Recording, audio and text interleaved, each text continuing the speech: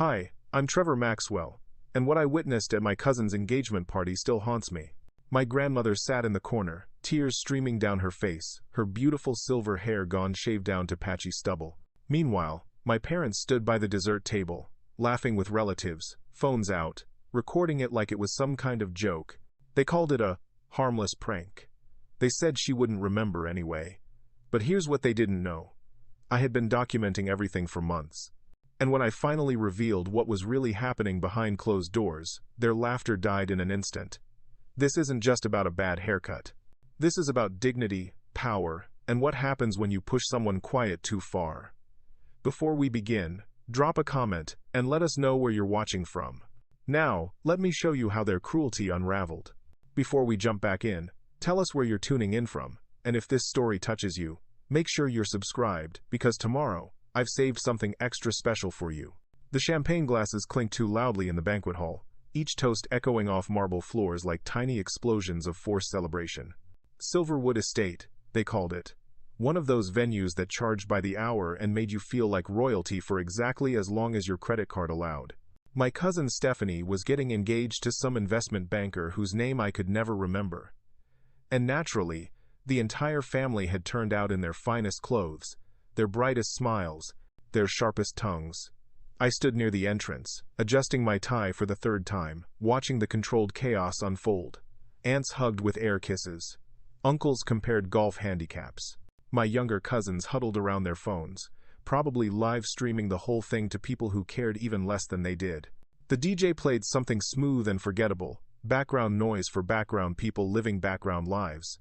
Then I saw her.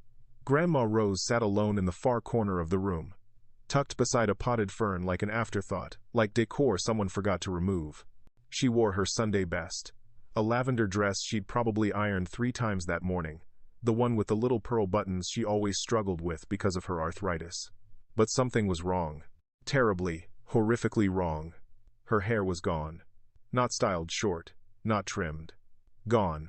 Shaved down to uneven patches of gray stubble, some spots completely bald, others missed entirely, like someone had taken clippers to her head in the dark. The overhead lights caught every angle, every humiliating detail.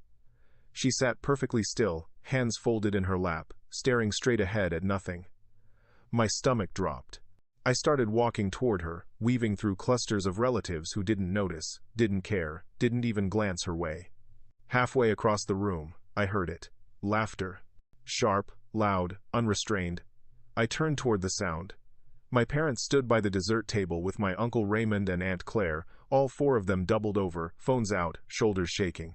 My mother, Elizabeth, wiped tears from her eyes, gasping for air between giggles. My father, Richard, held his phone at arm's length, replaying something on the screen for the others to see.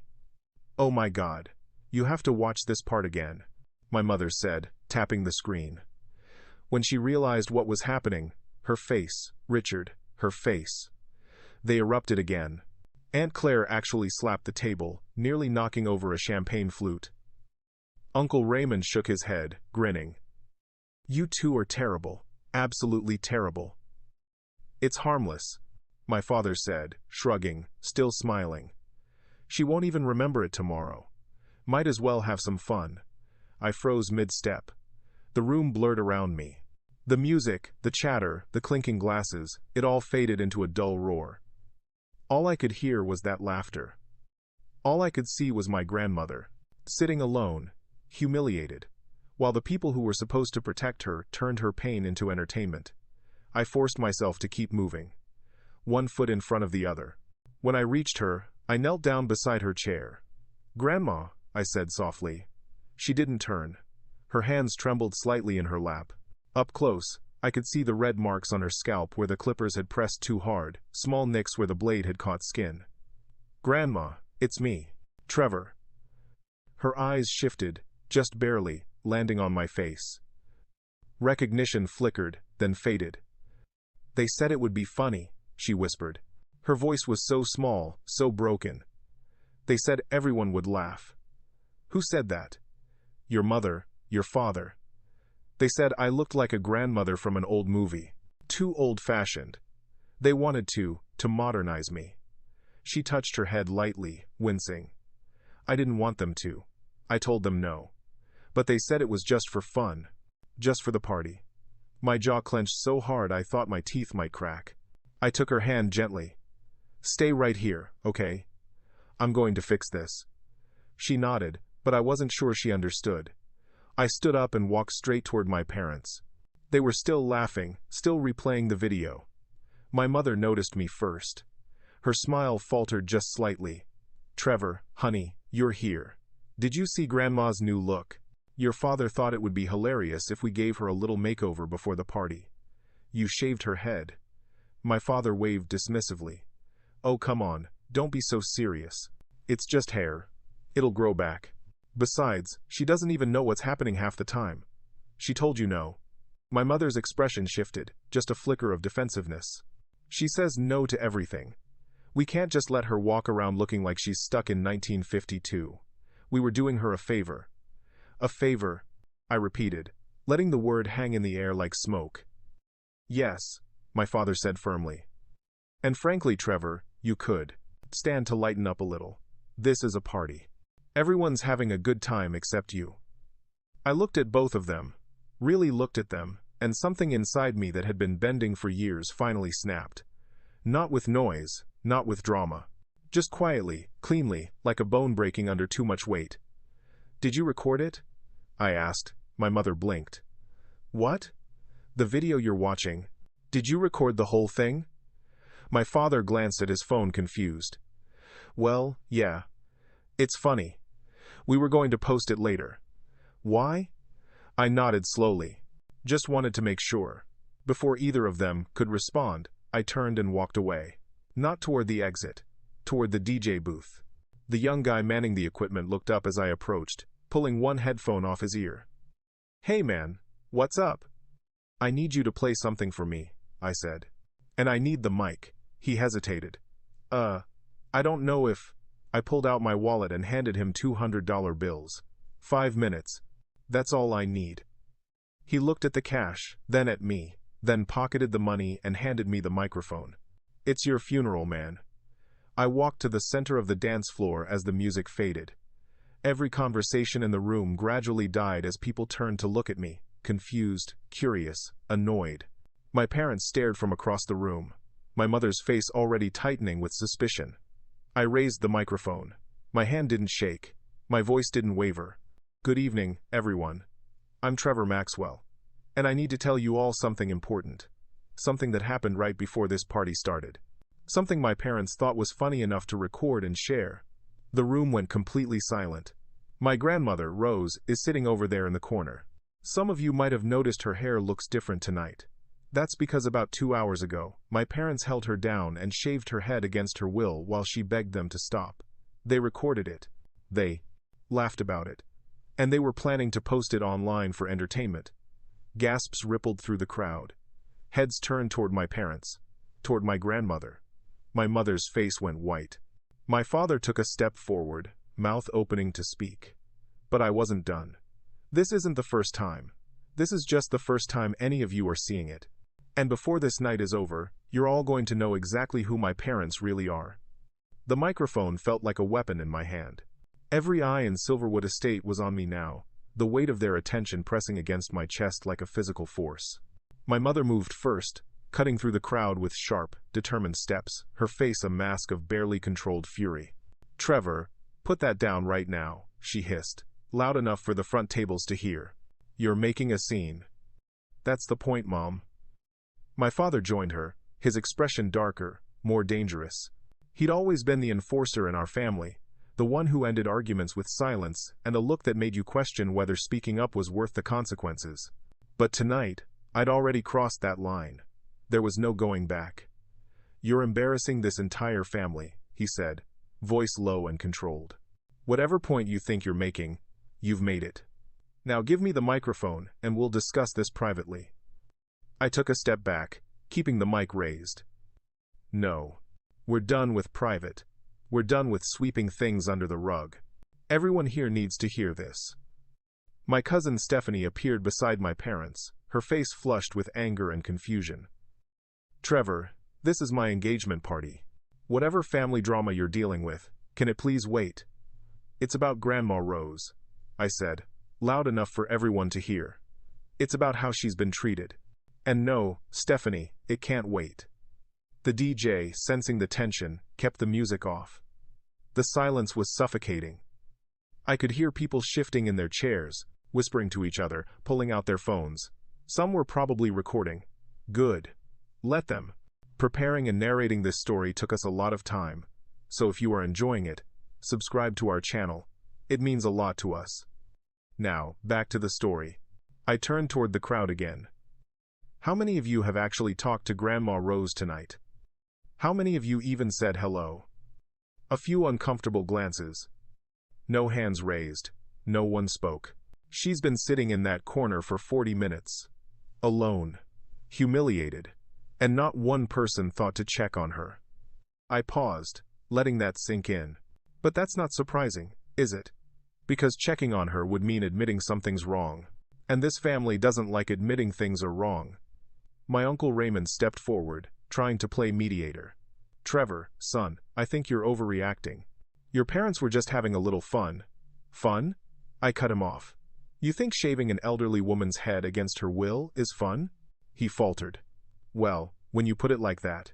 How else should I put it, Uncle Raymond? Should I sugarcoat it? Should I call it a prank? A joke? What word makes it okay? No answer. I pulled my phone from my pocket, unlocked it, and held it up. I've been recording things too. Not for laughs. For evidence. Do you all want to know what really happens when the cameras aren't rolling? When there's no party, no audience, no one to perform for? My mother's voice turned sharp. Trevor, don't you dare. 3 months ago, I continued, ignoring her, I installed a camera in Grandma's room at my parents' house. Not to spy, to protect. Because I started noticing things. Bruises, cuts, her medication bottles running out too fast.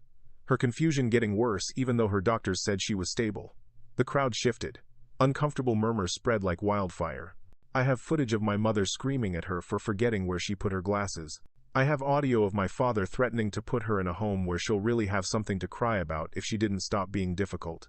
I have timestamps showing her meals being skipped, her medications being given incorrectly, her requests for help being ignored for hours. My father's face turned red. You had no right. I had every right. I shot back. She's my grandmother. And when I realized the people who were supposed to care for her were hurting her instead, I did what I had to do. I swiped to the video on my phone, the one I'd edited together over the past week, cutting together the worst moments into a 3-minute compilation. I didn't want to show it. God, I didn't want anyone to see it. But they needed to. DJ, I called out. Can you cast this to the projector screen? He looked at my parents, then at me, then at the money still sitting on his equipment table. Yeah, I can do that.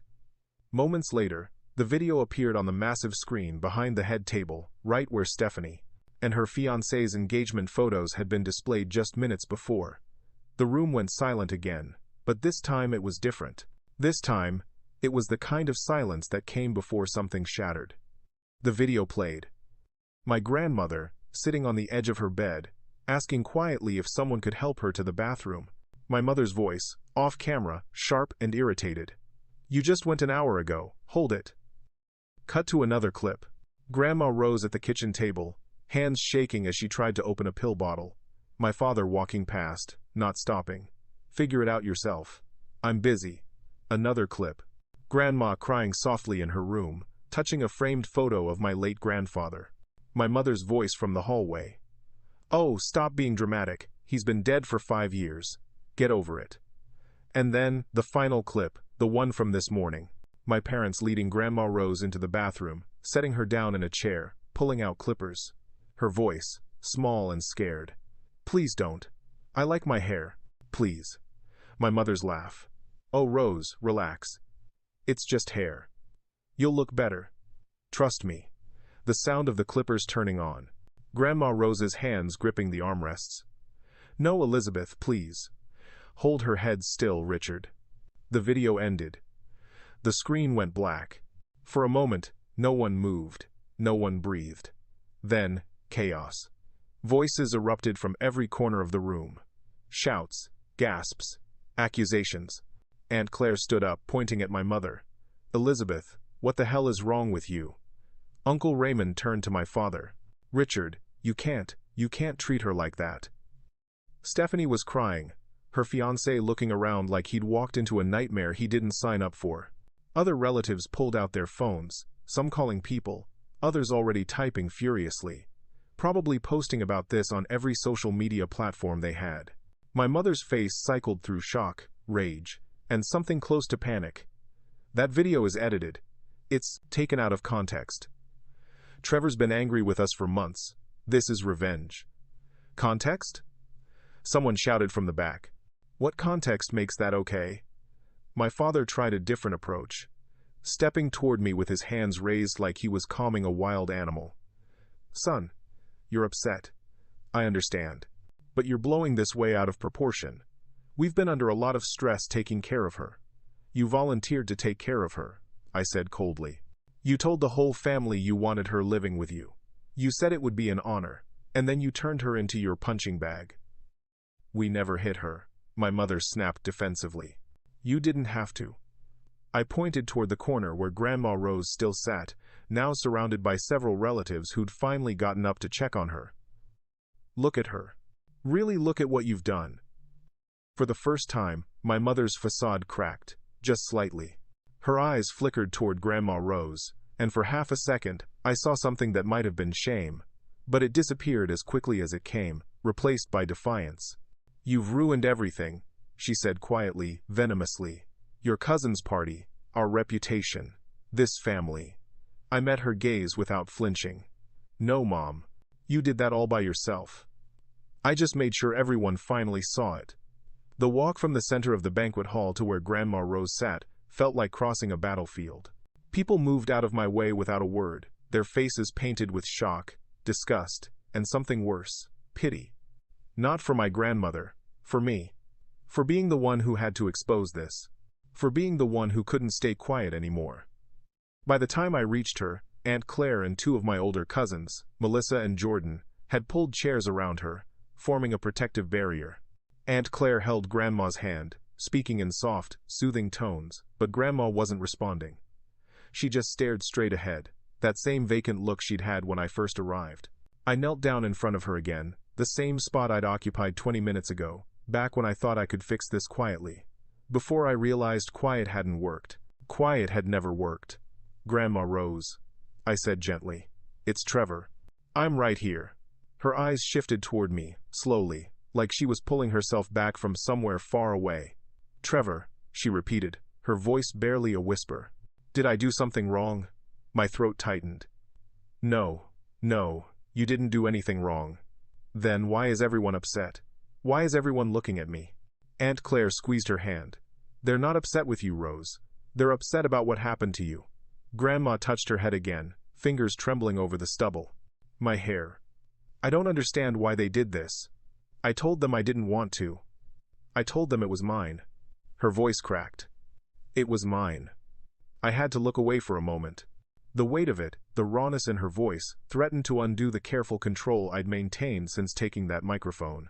Behind me, I could still hear my parents arguing with relatives, their voices rising and falling in waves of defense and accusation. They said it would grow back. Grandma continued, her words tumbling out faster now, like a dam breaking. They said I was being silly, that I was too old to care about hair. But I do care. I've had long hair my whole life. Your grandfather loved my hair. He used to brush it for me at night when my arms got too tired. She looked at me, really looked at me, and her eyes were clearer than they'd been all evening. They took that from me, Trevor. They took the last thing he touched. That did it. The last thread of composure I had left snapped. I reached forward and wrapped my arms around her as carefully as I could, feeling how fragile she'd become, how small. She barely weighed anything anymore. When had that happened? When had my grandmother, the woman who used to carry me on her hip while cooking dinner, become this? Delicate? I'm so sorry, I whispered into her shoulder. I'm so sorry I didn't stop this sooner. You're here now, she said softly. That's what matters. Melissa, my cousin, leaned in. Trevor, we need to get her out of here. This whole scene, it's too much for her. I nodded, pulling back. You're right. Can you help me get her to my car? I'll do better than that, Aunt Claire said firmly. She stood up, her expression harder than I'd ever seen it. She's coming home with me tonight. And I'm calling Adult Protective Services first thing in the morning. Claire, you don't need to. I started, but she cut me off. Yes, I do. We all do. This should have been reported months ago, and I'm ashamed it took your video to make us pay attention. She looked toward where my parents stood, still surrounded by angry relatives. Your mother is my sister Trevor, but what I saw on that screen was unforgivable. Rose isn't going back to that house. Not tonight. Not ever. Jordan stood up too. I'll back you up, Mom. We'll all back you up. Around us, other family members nodded. The tide had turned completely. My parents had gone from hosts of the evening to pariahs in less than 30 minutes. I helped Grandma Rose to her feet, supporting most of her weight as we moved toward the exit. She shuffled slowly, each step deliberate, and I matched her pace. Aunt Claire walked on her other side, one hand on Grandma's back, guiding her through the crowd that parted silently as we passed. We were almost to the door when my mother's voice cut through the noise. Trevor, wait. I stopped but didn't turn around. Please, she said, and there was something different in her tone now. Not anger, not defensiveness. Desperation. Please don't do this. She's my mother-in-law. I've been taking care of her for 2 years. You can't just take her. I turned slowly, keeping Grandma Rose steady beside me. My mother stood 10 feet away, mascara smudged, hands clasped in front of her, like she was praying. Taking care of her? I repeated. Is that what you call it? I made mistakes, she said quickly. I know that. I was stressed, I was overwhelmed, but I never meant to hurt her. You have to believe that. I don't have to believe anything. My voice was calm, measured. And neither does anyone else in this room. They all saw the same video I did. My father appeared beside her, his face red, jaw clenched.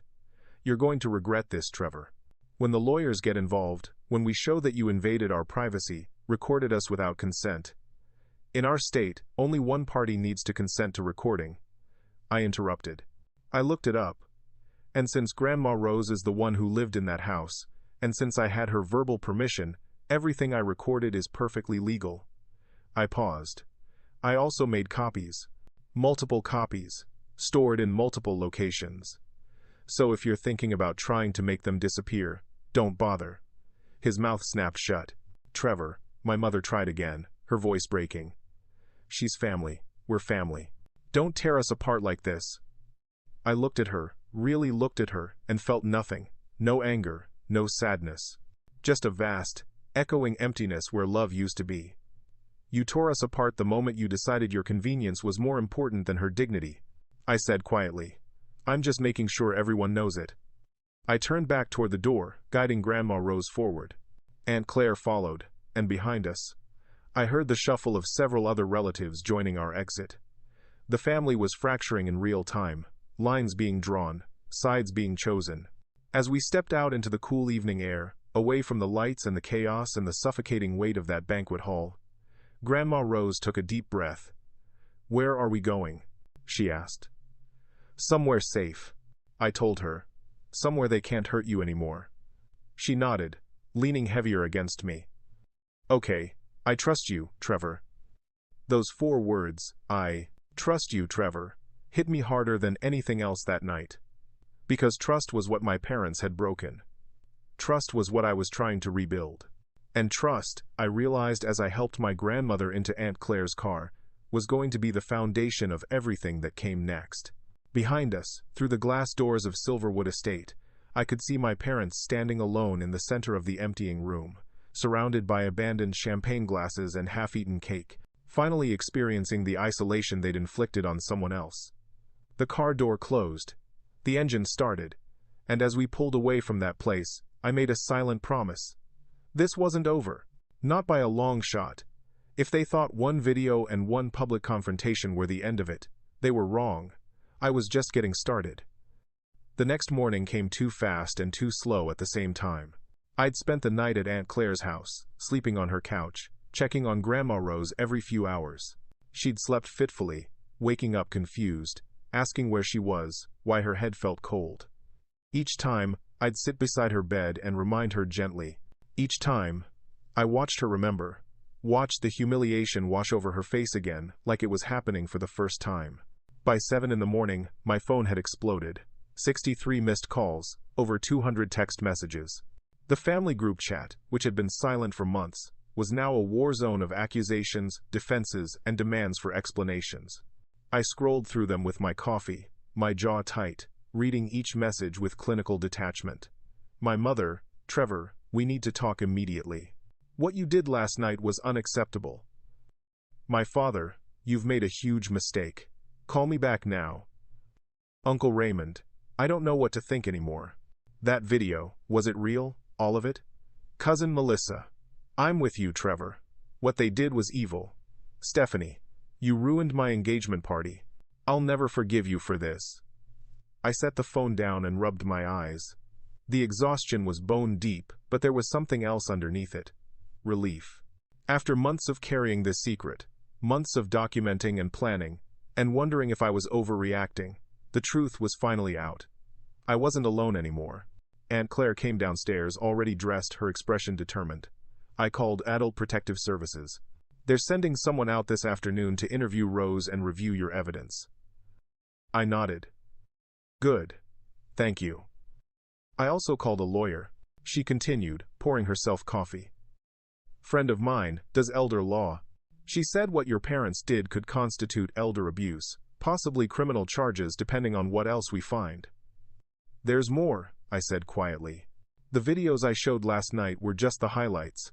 I have hours of footage, weeks of documentation. She sat down across from me, her face grave. How bad is it, Trevor? Bad enough that I couldn't sleep at night, knowing she was still there. We sat in silence for a moment, the weight of what was coming settling over us like fog. This wasn't just family drama anymore. This was legal territory. Criminal territory. The kind of thing that didn't get solved with apologies and awkward holiday dinners. My phone rang. My mother. I let it go to voicemail. It rang again immediately. My father. Voicemail. Then a number I didn't recognize. I answered. Trevor Maxwell. A woman's voice, professional, clipped. Yes. This is Janet Kovac. I'm an attorney representing Richard and Elizabeth Maxwell. I'm calling to inform you that my clients are prepared to pursue legal action against you for defamation, invasion of privacy, and emotional distress, unless you immediately retract the statements you made last night and delete all video evidence in your possession. I leaned back in my chair, almost smiled. They'd gotten a lawyer. Good.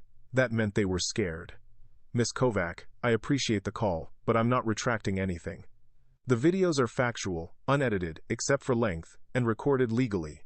If your clients want to pursue legal action, they're welcome to try.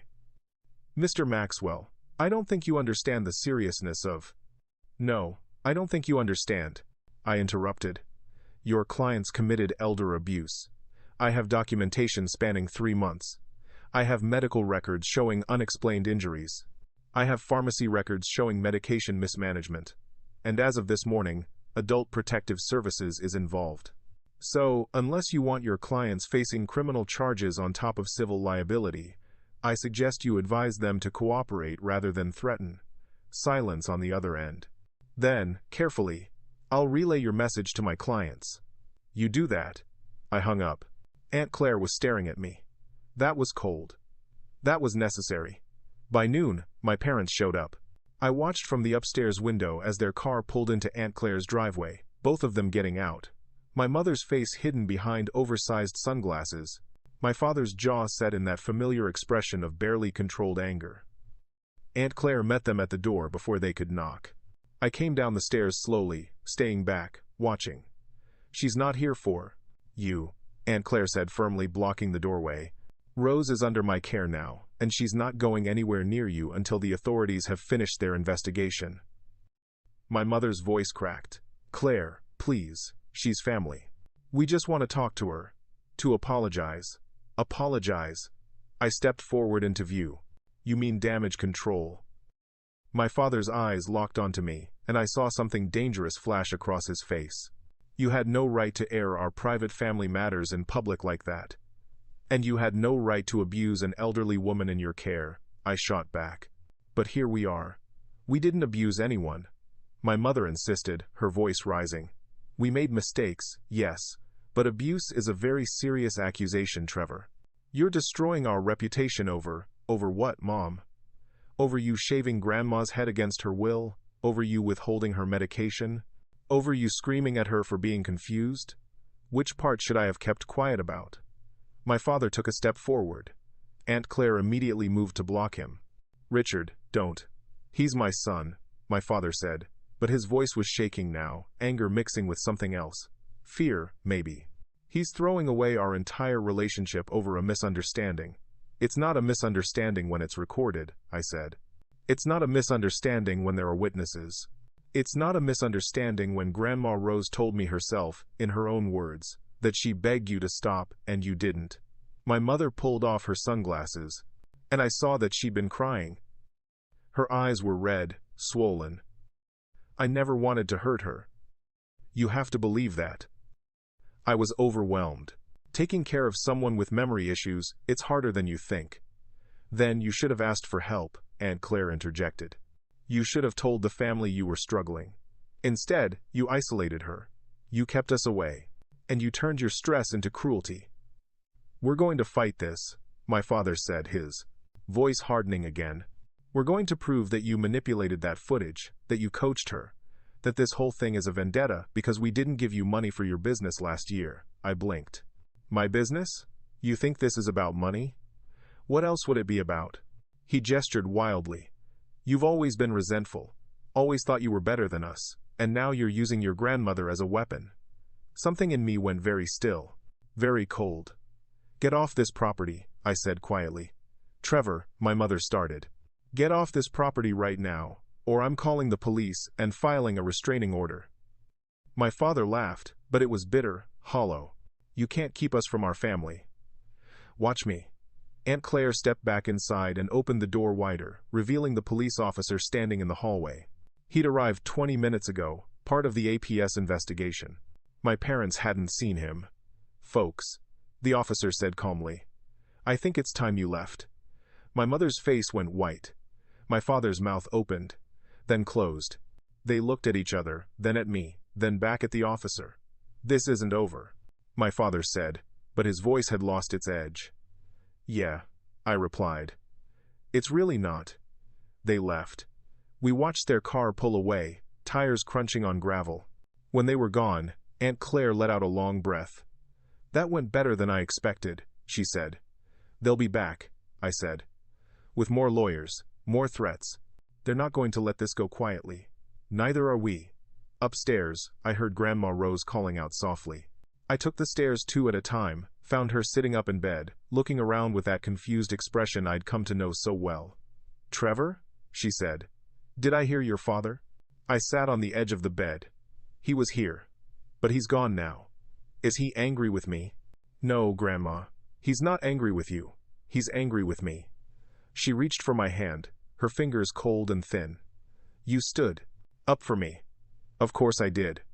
No one's done that in a long time. Her eyes filled with tears. Everyone's always so busy. Always somewhere else. I thought maybe I wasn't worth the trouble anymore. I squeezed her hand gently. You are worth everything. Don't ever think otherwise. She smiled, small and fragile, and leaned her head against my shoulder. We sat like that for a while, in the quiet, in the safety of Aunt Claire's guest room, while downstairs the officer took statements and the investigation continued. Outside, storm clouds gathered, but inside, for the first time in months, Grandma Rose wasn't alone, and neither was I. The Adult Protective Services caseworker arrived at 2 in the afternoon. Her name was Monica Torres, and she carried a tablet, a recording device, and an expression that said she'd seen too much of the worst humanity had to offer. She sat across from Grandma Rose in Aunt Claire's living room, speaking slowly, kindly, asking questions that made my grandmother's hands shake. Can you tell me about your living situation before yesterday, Mrs. Maxwell? Grandma Rose looked at me. I nodded encouragingly. She took a breath. I lived with my son, Richard, and his wife, Elizabeth. In their house. They said it would be easier than me staying alone after my husband passed. And how long were you living there? 2 years, maybe longer. I don't always remember the dates. Monica made notes on her tablet. Can you describe a typical day in that house? Grandma's voice got smaller. I would wake up early. But I wasn't supposed to make noise. Elizabeth didn't like noise in the morning. So I would sit in my room and wait until someone came to help me downstairs. Did you need help getting downstairs? Sometimes. My knees hurt. But mostly I just waited because I didn't want to bother anyone. What happened after you got downstairs? Breakfast. If there was time. Elizabeth worked, and Richard worked. So sometimes they were too busy. I learned to just have tea. Tea was easier. Monica's pen paused. You would skip breakfast? I didn't want to be a burden. I had to look away. Hearing her say it out loud, in front of a stranger, made it worse somehow. More real. Mrs. Maxwell, I need to ask about your hair. What happened yesterday? Grandma Rose touched her head instinctively, wincing. They said I needed to look modern. That my hair was old-fashioned. I told them I liked my hair. My husband liked my hair. But Elizabeth said it would be funny for the party. A surprise. Did you consent to having your hair cut? No. I said no. I said please don't. But Richard held my shoulders and Elizabeth turned on the clippers and her voice broke. I couldn't stop them. Monica set down her tablet and leaned forward slightly. Mrs. Maxwell, I need you to understand something. What happened to you was not okay. It was not your fault. And we're going to make sure you're safe from now on. Grandma nodded, tears streaming down her face. Aunt Claire handed her a tissue. The interview continued for another hour. Monica asked about medications, meals, doctor's appointments, social interaction. With each answer, the picture became clearer and darker. Isolation, neglect, control disguised as caregiving. When Monica finally left, she pulled me aside on the porch. Mr. Maxwell, I'm recommending an emergency protective order.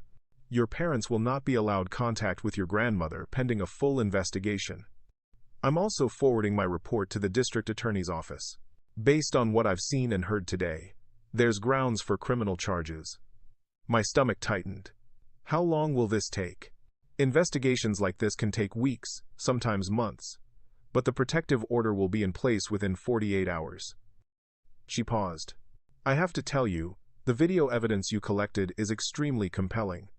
Most cases like this come down to, she said. But you have documentation. That changes everything. After she left, I sat on the porch steps, feeling the weight of what I'd set in motion. This wasn't just family drama anymore. This was the legal system. Police, prosecutors, potential jail time. My phone buzzed. A text from an unknown number. You've made a big mistake. We're coming for you. I screenshot it and forwarded it to Monica's email. Evidence. Another text, this time from my brother Justin, who I hadn't heard from in over a year. What the hell is going on? Mom's calling everyone saying you faked those videos. I typed back. The videos are real. Every second. If you want the truth, call Aunt Claire. He didn't respond. Over the next 3 days, the family fractured completely. Group chats split into factions.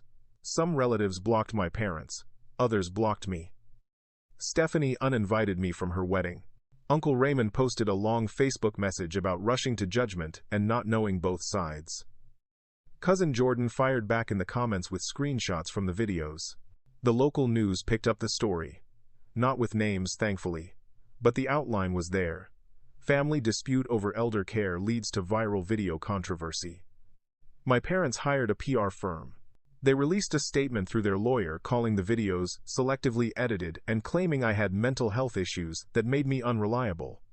That's when I released the full footage. I'd held back most of it during the party, showing only 3 minutes of the worst moments. But now, with my parents trying to control the narrative, I uploaded 2 hours of unedited footage to a private channel and shared the link with every family member, the APS caseworker, and the police detective assigned to the case. The footage showed everything. My mother berating Grandma Rose for asking questions. My father ignoring her calls for help. Both of them discussing, on camera, how they could speed things along by adjusting her medication to make her less aware. That last part, the medication discussion, that was what changed everything. Within 24 hours of releasing the full footage, the police showed up at my parents' house with a warrant. They seized Grandma Rose's medical records, her pill bottles, and her room, looking for evidence of what the detective called potential criminal endangerment. My mother called me 17 times that day. I didn't answer. She left voicemails, each one more desperate than the last. Trevor, please, you're destroying us. Trevor, I'm begging you. Think about what this is doing to the family. Trevor, we can fix this. We can get her the best care. Please just make this stop. But I didn't make it stop, because it wasn't about revenge anymore. It was about accountability. Aunt Claire and I met with our own lawyer, a sharp woman named Patricia Eng who specialized in elder advocacy. She sat across from us in her downtown office, reviewing the footage on her laptop with an expression that grew darker with each minute. This is one of the clearest cases of elder abuse I've seen, she said finally. The documentation alone would be enough for a civil case, but with the medication tampering discussion, this moves into criminal territory. Potentially felony level. What happens now? I asked. Now, we wait for the DA to decide if they're pressing charges. In the meantime, we file for permanent guardianship of your grandmother on your behalf.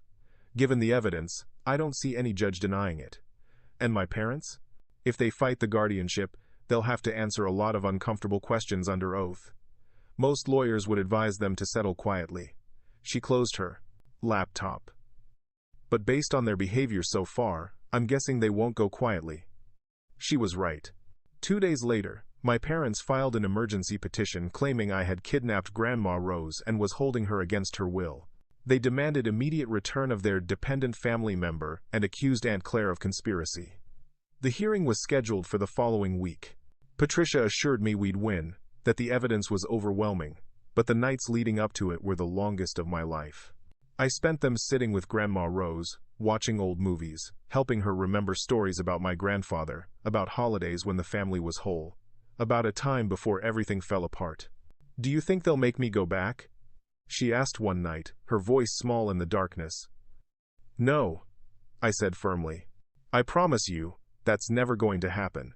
You can't promise that, Trevor. You're just one person. Maybe, but I'm one person with the truth. And that has to count for something. She was quiet for a long time. Then, so softly I almost missed it. Thank you for not being quiet. I squeezed her hand. Outside, the rain started, steady and cleansing, washing away the dust of a long, brutal week. The hearing was coming. The reckoning was coming. And I was ready. The morning of the hearing, I woke up to find my car keyed. Deep scratches ran along both sides, spelling out words I won't repeat. I stood in Aunt Claire's driveway at 6 in the morning, staring at the damage, my breath fogging in the cold air. I took photos, added them to the evidence folder. Just another log on the fire. Inside, Aunt Claire was already dressed in a navy suit, her armor for court. She took one look at my face and knew. What happened? Someone paid me a visit last night. She looked out the window at my car and her jaw tightened. I'm installing security cameras today. This is getting out of hand. It's been out of hand, I said. We're just finally seeing it. Grandma Rose came downstairs slowly, wearing the nicest dress we'd found for her at the department store 2 days ago. Aunt Claire had taken her shopping, let her pick out something that made her feel dignified. The dress was burgundy with small white flowers, and she'd paired it with a cardigan. Her hair, what little had grown back, was covered with a soft silk scarf that Aunt Claire had tied gently around her head. Do I look presentable? Grandma asked, her hands smoothing the fabric nervously. You look perfect, I told her. The courthouse was downtown, a gray stone building that looked like it had been designed to intimidate. We arrived 30 minutes early.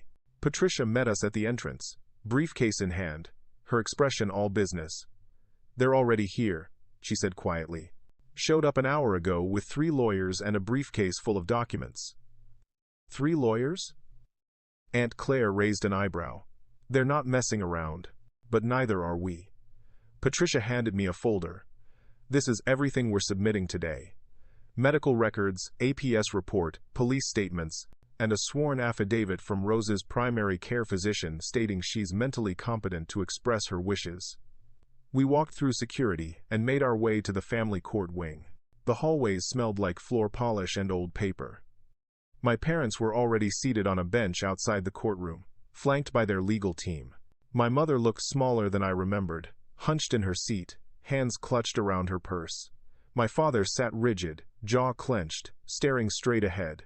They saw us. My mother's eyes went immediately to Grandma Rose, and something flickered across her face. Regret? Anger? I couldn't tell. My father didn't look at any of us. He kept his eyes fixed on the wall across from him, like if he stared hard enough, we'd disappear. We took seats at the opposite end of the hallway. No one spoke.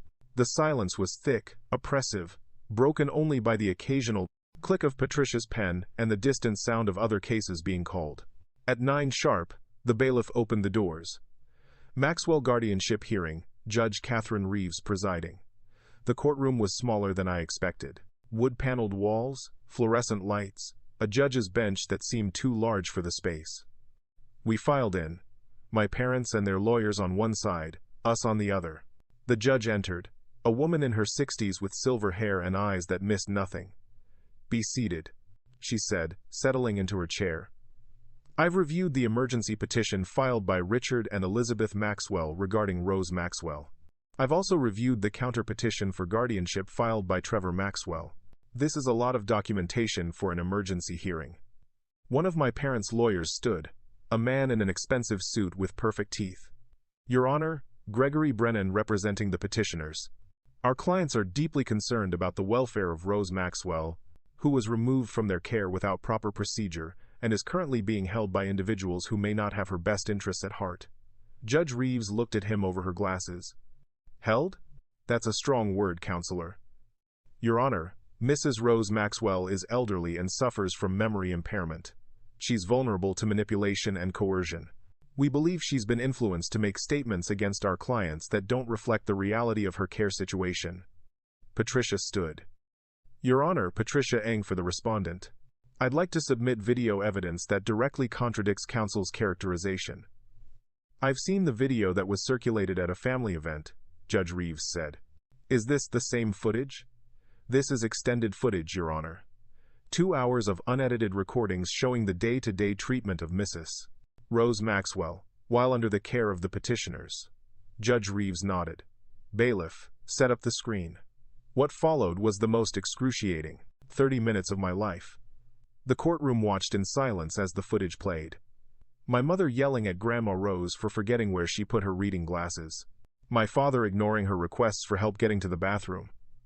Both of them discussing medication adjustments in whispered tones, thinking Grandma Rose was asleep. I watched the judge's face. It remained neutral, professional, but her eyes got harder with each clip. When the footage ended, the silence in the courtroom was deafening. "Mr. Brennan cleared his throat. "Your Honor, these videos lack context. Caregiving is exhausting, and isolated moments of frustration do not constitute abuse." "Isolated moments?" Patricia's voice cut through the room. "Your Honor, I counted 17 separate incidents across 8 weeks. This isn't frustration. This is a pattern." Judge Reeves held up a hand. "I'd like to hear from Mrs. Rose Maxwell herself. Is she present?" Patricia nodded. "Yes, Your Honor. Please approach." Aunt Claire helped Grandma Rose stand. They walked together to the witness stand. Grandma Rose was sworn in, her hand shaking as she placed it on the Bible. When she sat down, she looked so small in that chair, so fragile.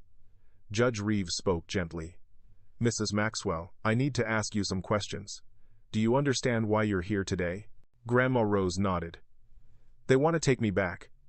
"Who wants to take you back?" "Richard and Elizabeth. My son and his wife.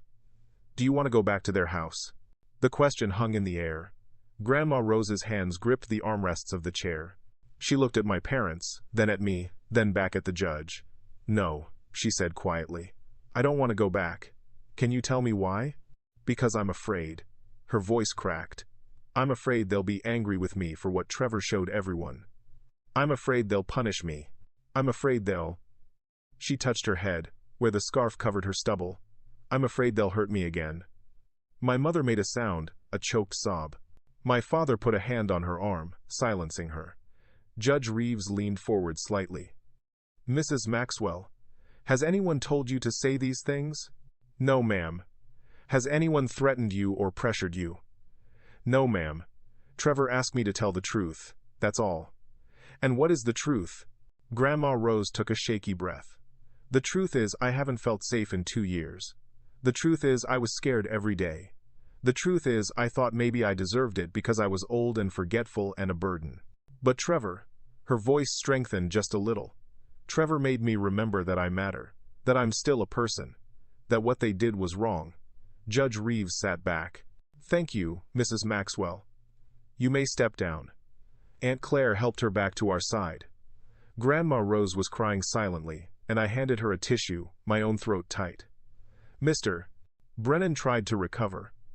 Your Honor, our clients deeply regret any distress caused to Mrs. Maxwell. They were overwhelmed, undersupported, and made errors in judgment. But they love her and want the opportunity to make amends and provide proper care moving forward. With respect, Counselor, Judge Reeves said coolly. What I saw in that video wasn't errors in judgment. What I saw was systematic mistreatment of a vulnerable person. She shuffled papers on her bench. I'm issuing a temporary guardianship order in favor of Trevor Maxwell, effective immediately. Richard and Elizabeth Maxwell are prohibited from contact with Rose Maxwell, pending a full investigation by Adult Protective Services and review by the District Attorney's Office. Time. One of her lawyers whispered urgently in her ear. Furthermore, Judge Reeves continued, I'm ordering a psychological evaluation of Mrs. Rose Maxwell to be conducted by a court-appointed professional to assess her competency and wishes regarding permanent guardianship. We'll reconvene in 60 days for final determination. She banged her gavel. This hearing is adjourned. As people began to gather their things, my father finally looked at me. Really looked at me. His eyes were red, his face pale. He opened his mouth like he wanted to say something, but nothing came out. Then he turned and walked out of the courtroom, my mother following behind him, supported by their lawyers. Patricia turned to me. That went better than I expected. Judge Reeves doesn't issue protective orders lightly. The fact that she did tells you everything about how seriously she's taking this. Aunt Claire hugged Grandma Rose. You were so brave. So brave. I was terrified, Grandma whispered. Brave and terrified aren't opposites. I told her. Sometimes they're the same thing. We left the courthouse together, stepping out into cold sunshine. The air felt different, cleaner, like something had been released. But as we walked to the car, I saw them, my parents, standing by their vehicle across the parking lot. They weren't moving, just standing there, watching us. My father's phone was out. He was recording. I pulled out my own phone and did the same. Two can play that game. We stood like that for a long moment, a standoff in a courthouse parking lot. Two families that used to be one, now separated by a chasm too wide to cross. Then my mother got in the car. My father followed. They drove away. Is it over? Grandma Rose asked quietly. I watched their car disappear around the corner. No, not yet, but we won today. That's what matters. That night, I received an email, no subject line, just an attachment. I almost deleted it, thinking it was spam. But something made me click. It was a video file, taken from a security camera. Time-stamped 3 months ago. The location tag read, Maxwell Residence, Entry Hall. I pressed play. The footage showed my parents' front hallway. Grandma Rose appeared, shuffling toward the door, a small suitcase in her hand. She was trying to leave. My father entered the frame, grabbed the suitcase and pushed her backward. Not hard, but enough. She stumbled. He pointed toward the stairs. She went. The video ended. Attached to the email was a message. There's more where this came from. They're not who you think they are. Check the cloud account. Password, Rose1942. No signature. No return address. I sat in the dark of Aunt Claire's guest room, my heart pounding, and opened the cloud account. Inside were folders, dozens of them. Years of security footage from my parents' house. Videos they'd recorded themselves and apparently forgotten about. I clicked the first folder. Then the second. Then the third. By dawn, I'd seen enough to know that what I'd caught on my hidden camera was just the surface. The truth went deeper, darker. And now I had proof of all of it. When the sun came up, I called Patricia. We need to meet, I said. I just found something the DA needs to see. The district attorney's office was located in a government building downtown that smelled like coffee and bureaucracy. I sat in a small conference room with Patricia, Detective Sarah Mulvaney, who'd been assigned to the case, and ADA James Chen, a prosecutor who specialized in elder abuse cases. Between us sat my laptop, still open to the cloud account I'd discovered. Ada Chen had been watching footage for 40 minutes. His expression had gone from professional interest to barely concealed disgust. "How did you obtain this?" he asked, not looking away from the screen. "Someone sent me an anonymous email with access credentials. I don't know who." "And you verified this as authentic?" "The metadata matches. The timestamps correspond with dates I can corroborate through other evidence. And," I hesitated, "I recognize the locations. That's my parents' house." "Those are their security cameras." Detective Mulvaney leaned forward. "So your parents recorded themselves committing elder abuse and just, what, forgot they had the footage?" "They probably never thought anyone would look," Patricia said. "People get comfortable, sloppy. They think they're untouchable." Ada Chen clicked through another folder, this one labeled Medical. Inside were videos of my mother administering medication to Grandma Rose. In some clips, she gave her pills. In others, she didn't, despite marking off the daily checklist on the kitchen wall. "This is medication fraud," Chen said quietly. "She's documenting doses that weren't given." "Why would she do that?" Mulvaney asked. "I'd been wondering the same thing since I first saw the footage. Control, maybe. If Grandma was more confused, less aware, she'd be easier to manage. Less likely to complain. Or less likely to be believed if she did complain," Patricia added. Chen closed the laptop and sat back. "Mr. Maxwell, I'm going to be direct with you. What you've brought me today is enough to pursue criminal charges against both your parents. Elder abuse, false. Imprisonment, fraud. Potentially more depending on what the medical examiner finds when they review her records." My stomach tightened. What happens now? Now, I present this to a grand jury. If they indict, and based on this evidence, I believe they will, your parents will be arrested and arraigned. They'll have the opportunity to enter a plea. Given the video evidence, most defense attorneys would advise a plea deal. And if they don't take a deal? Then we go to trial, and I put every second of this footage in front of a jury. He opened the laptop again, clicked on one particular file, especially this one. The video showed my parents sitting at their kitchen table late at night. The audio was clear. My mother's voice. "We can't keep doing this, Richard. She's going to tell someone eventually." My father. "Who's she going to tell? She can barely remember what day it is." My mother. "Trevor suspects something. He's been asking questions." My father. "Trevor's too focused on his business to notice. And even if he did, it's our word against hers. Who do you think people will believe?" They laughed. Actually laughed. The video was dated 3 weeks before I installed my hidden camera. I felt sick. "When did you watch this?" Patricia asked quietly. "Last night, around 3 in the morning." "And you didn't call me?" "I needed to see all of it first. I needed to know how bad it really was." "How bad is it?" Detective Mulvaney asked. I met her eyes. "There are 78 video files in that account.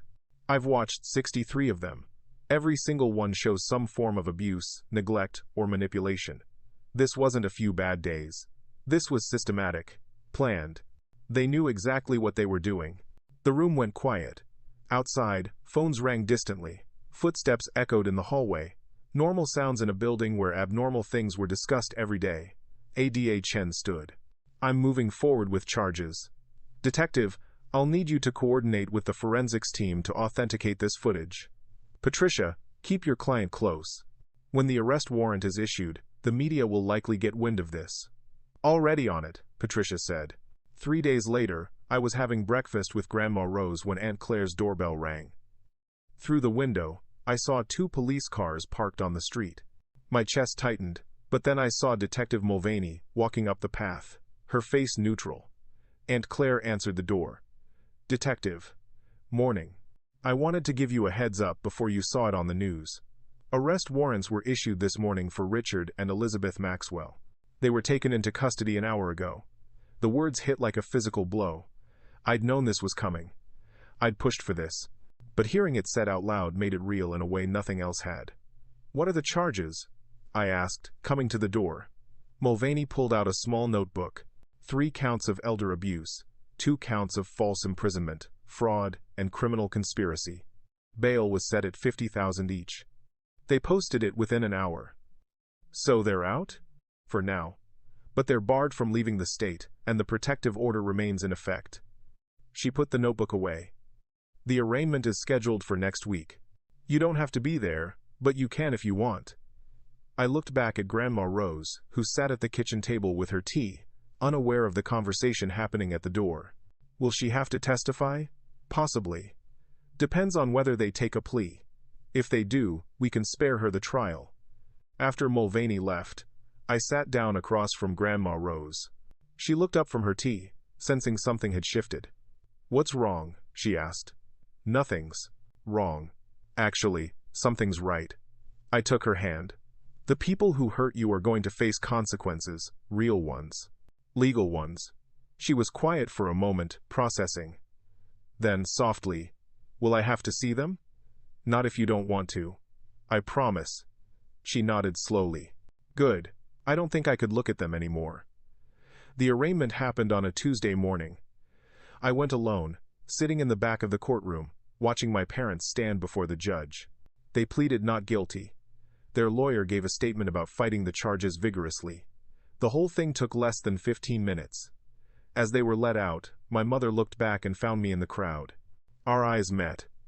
Hers were filled with something I couldn't quite name. Regret? Anger? Desperation? I looked away first. 2 weeks later, their lawyer called Patricia with a plea offer. In exchange for guilty pleas to reduce charges, they'd receive probation, mandatory counseling, and permanent restraining orders keeping them away from Grandma Rose. No jail time. Patricia called me immediately. "It's your call, Trevor. We can push for a trial, try to get harsher sentences, or we can take the deal and be done with it." I thought about Grandma Rose. About putting her on a witness stand. About dragging this out for months, maybe years. About what she'd said in the kitchen. I don't think I could look at them anymore. "Take the deal," I said. "Are you sure?" "I'm sure. This was never about revenge. It was about stopping them. The deal does that." The plea hearing was quick. My parents stood before the judge, admitted guilt to 3 counts of elder abuse, and accepted their sentences. 5 years probation, weekly counseling, community service, and a permanent order prohibiting contact with Rose Maxwell. When the judge asked if they had anything to say, my father shook his head. My mother whispered something I couldn't hear. Then it was over.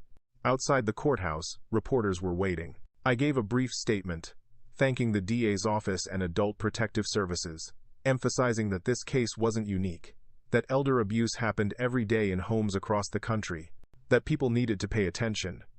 "Do you have any message for your parents?" one reporter asked. I thought about it. I hope they get the help they need.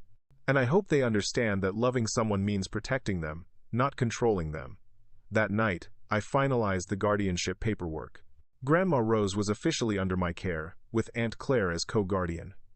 Her assets, which my parents had slowly been draining, were frozen and returned to an account in her name only.